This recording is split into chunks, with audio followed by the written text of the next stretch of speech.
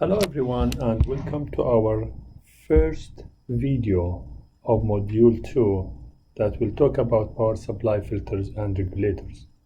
To start with, we have to mention that power supply filters are designated in order to eliminate the fluctuations in the output voltage of half-wave or full-wave rectifiers and produce a constant level DC voltage. Now, this filtration is necessary because electronic circuits require a constant source of DC voltage and current in order to provide power for the proper operation. We will be seeing that the filters we are gonna implement are mainly the ones with capacitors, and that was the last thing we just started with in our previous videos. So if you recall, if we have a full wave rectification as we had in our previous videos, we said that if I have my output looks like this from a full wave rectifier, this is the output voltage and this is time. You recall we mentioned that by the use of the capacitors we will be able to see that this will be charging up to this point, and then we have this is the output, okay, again, and this is the one, and then this is going this way. And we said that is done by simply using what? By using a capacitor input filter. So this is accomplished by using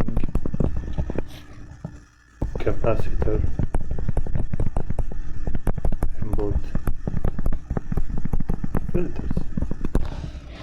And if you recall our circuit for, as an example, the half-wave rectifier, if you wish, or for the first half, for only the forward biased for one only diode, the circuit was similar to the following. So we said, if you remember, what we need to do is to have this is my source and this is my diode, and we said that we have a capacitor connected in parallel with our load. So if you remember, we said that when we have the positive half cycle, this is my positive half cycle, we said that this is T, talking about the input here. We mentioned clearly at that time that when the voltage is increasing, then this will be forward biased, so it looks like a short circuit, and then what I have at that time, I have a voltage here same as the input, and therefore the capacitor is charging. When it reaches the maximum value, the capacitor here is fully charged, and we said that this is the voltage that we have at this point. And then if at this point the diode here will be of the same voltage at those 2 points, and therefore it will be what? Open circuit, and hence there is nothing but that the capacitor is gonna discharge through the resistor, and therefore we said that will be our output voltage. Sorry, so let's just keep this one this way and just throw here that this is my output voltage. So my output voltage, we said clearly that it was supposed to be like this, but because of the capacitor we are gonna have voltage going this way up to the maximum and then discharging, so I have a much better output voltage instead of having the one that is going in this direction. And of course, once I have the second portion, which is the second, if you remember, half cycle, I will be having the same thing here. If I'm talking about half-wave rectification, for half-wave rectification, then definitely after completing to this point, I will have another charging like this, and then the same way this. So instead of having the output going this way,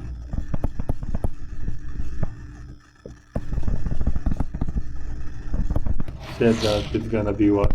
It's gonna be in this direction. So it will be coming here again, charging up to the maximum and going this way. So the same thing, of course, could be accomplished if I have a full wave rectification. In that case, it will be, of course, much better, let me say, rectification, or the much better elimination of the, let me say, the ripples or of the harmonics, and therefore that could be, the output could be something like this. So in the case of full wave rectification, we are expecting to see this, and then this, and then this, and so on. And because of our, this is the output voltage, and then because of our filtration, we'll have the voltage going up to this point, going down this way, then the same thing, going down, up, and then discharging, up, discharging, and up, and discharging. And definitely this looks a very nice, elimination or filtration of the harmonics, of course, for full wave as compared to the half wave rectification. So that's something very interesting, and we'd like to just define, as we did before, what we call it the ripple voltage. So if you would like, we'll just say that the ripple voltage,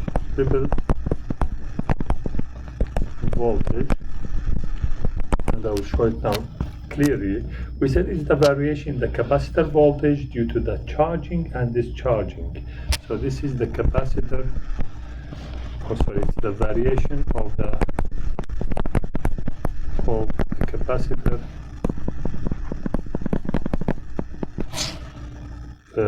voltage due to the charging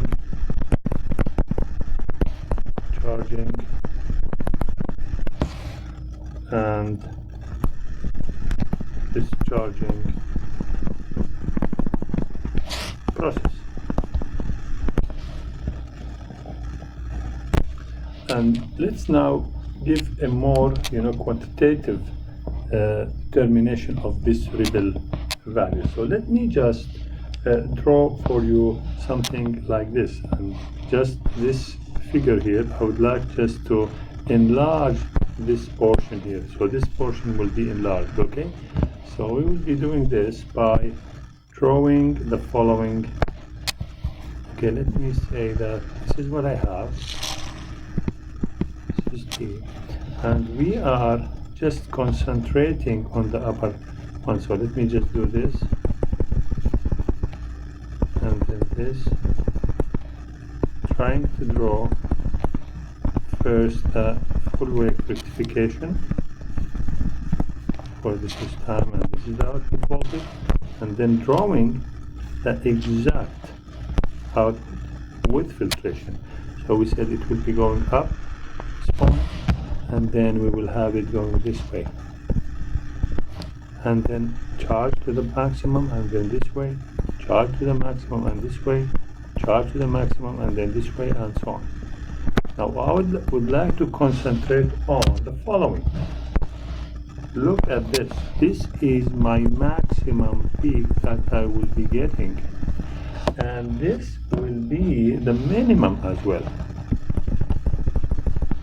So this is the maximum and this is the minimum, am I right?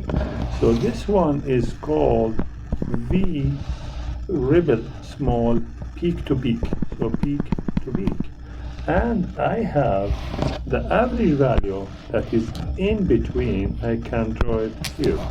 So there is an average value here, which is in the middle of those two. So this is, I will call it V, the value.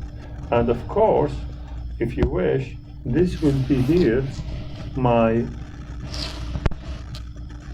this one here, or okay, this one here will be what?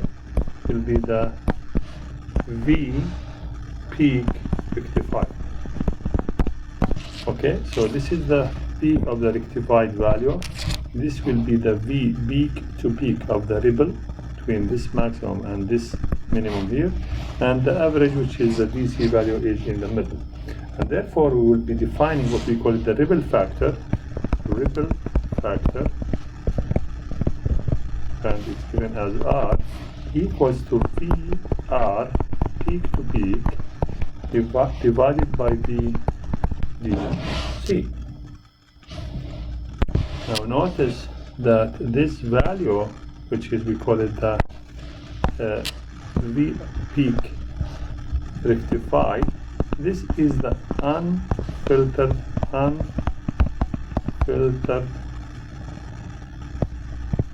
this is the unfiltered peak rectified voltage. Correct? We will be having some equations to maybe give you more direct answers for what we have.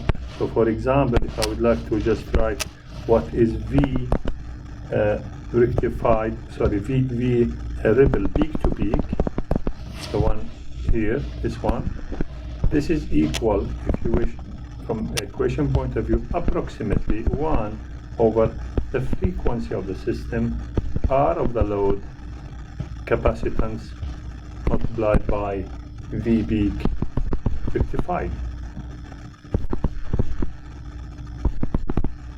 Okay, and we can have as well the DC value is equal to approximately 1 minus 1 over 2 the frequency RL multiplied by C all multiplied by VP rectified. Okay, now let's have an example to see how we can make use of the formulas we have in order to determine the ripple factor for the filtered rectifier shown in this case. You can see that this is a bridge rectifier, bridge full wave rectifier, where I have it's connected to a transformer, and this transformer has a primary voltage of 120 volts, 60 hertz. It has of course primary and the secondary here, and the turns ratio for this transformer is 10:1, which means that if I have a certain number here, you can see, which is 120 volts, it will be reduced by a factor of 10. So if I have the primary voltage is equal to a certain value, be careful that this is an RMS value here. So you need to get that's very important. This is an RMS value. I need to get the peak value in order to determine my calculations. So if this is RMS, I have to mention that is RMS. It's 120 volt RMS. Then we need to get what will be the secondary one. We know it will be 1 over 10, that one. So if I would like to start solving, I will start saying, okay, now first of all, I would say that the primary voltage,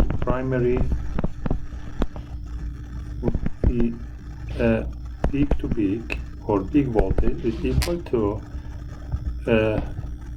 1 point square root of 2 times 120.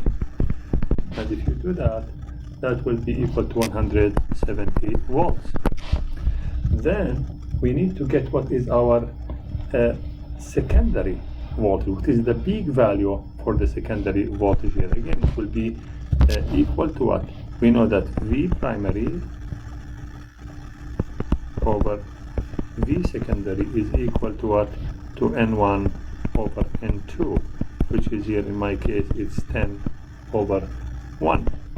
So that means that my secondary, if I'm talking about this, means that the secondary voltage will be how much? It will be equal to N2 over N1 times V primary, and in this case it will be equal to what?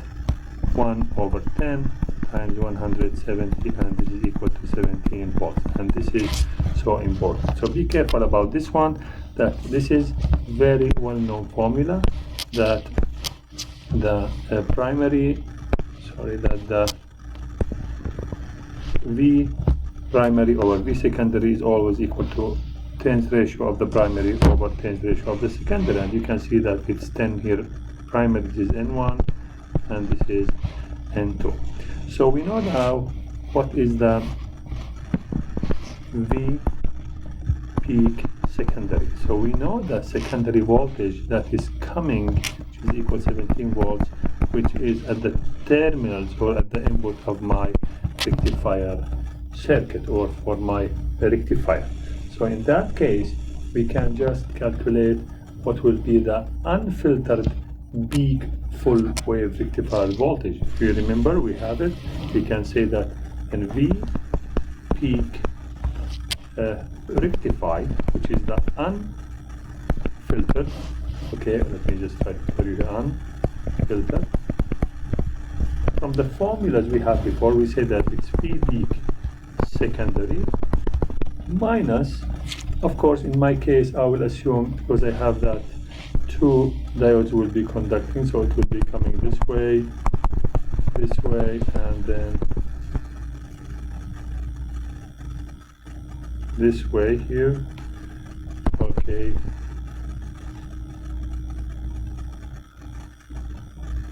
Yeah, this one, and then it continues this way. So these are the two ones we have, and therefore we have it like minus 1.4 volts.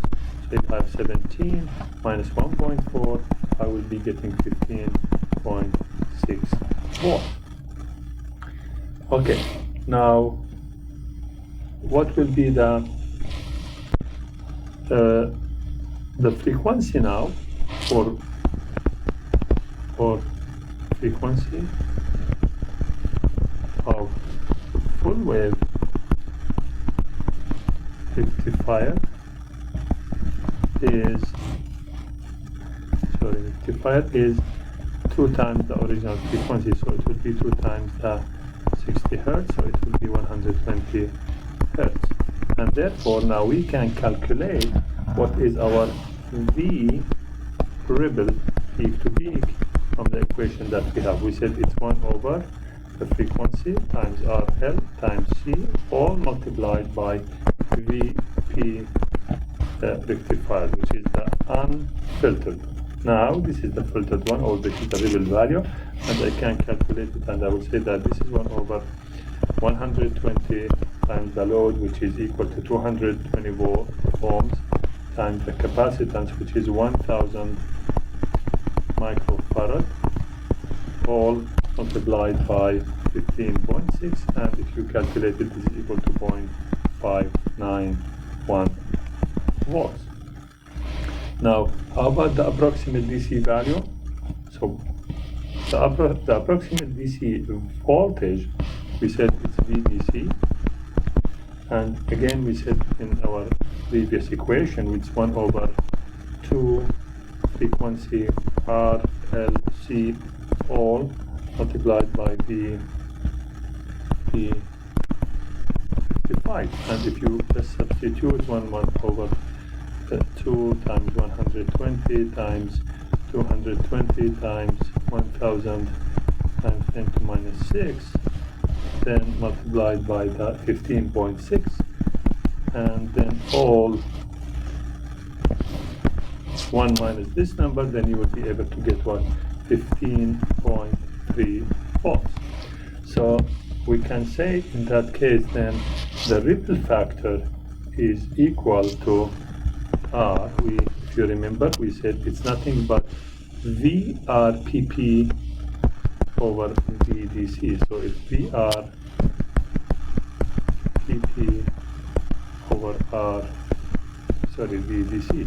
And in this case, it's equal to 0.591 divided by 15.3, and this is probably 0.039 or 3.9%, which is a very good value, 3.9%.